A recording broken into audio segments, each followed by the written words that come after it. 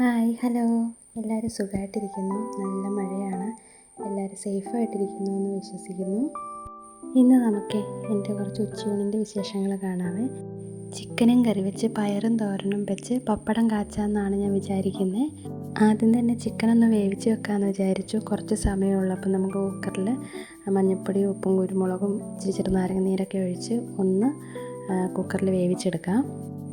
പയറെന്ന് പറഞ്ഞാൽ അമരപ്പയർ, കൊത്തമര എന്നൊക്കെ പറയുന്ന സാമ്പാറിലൊക്കെ ഇടുന്ന പയറില്ലേ, അതാട്ടോ തോരൻ വെക്കുന്നത്. ഇത് കാണുമ്പോൾ ഞാൻ എപ്പോഴും ഓർക്കണമെന്നറിയാമോ, ഞാനിത് കഴിച്ച് തുടങ്ങിയിട്ട് അധികം നാളായില്ല. കാരണം എന്ന് വെച്ചിട്ടുണ്ടെങ്കിൽ ഞങ്ങൾക്ക് ഹോസ്റ്റലിൽ നിന്നാണ് ഞാൻ ഈ പയർ ആദ്യമായിട്ട് കഴിക്കണേ കേട്ടോ. അപ്പോൾ ഈ പയർ ചുമ്മാ ഇങ്ങനെ ഉള്ളിയൊക്കെ ഇട്ട് വാട്ടി എണ്ണയിലിട്ട് ഇങ്ങനെ വാട്ടി തരുവുള്ളൂ. ഇതിന് ചെറിയൊരു കയ്പ്പ് രസം ഉണ്ടല്ലോ.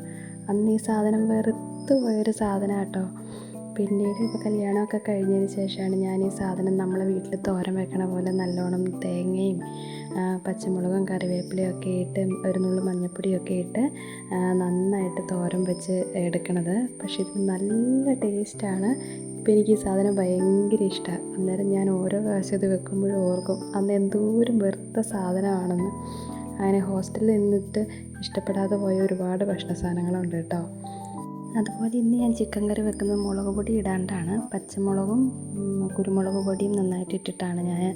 അതുപോലെ തന്നെ കുറച്ച് ചിക്കൻ മസാലയും കൂടി ഇട്ടിട്ടാട്ടോ കറി വെക്കണത്.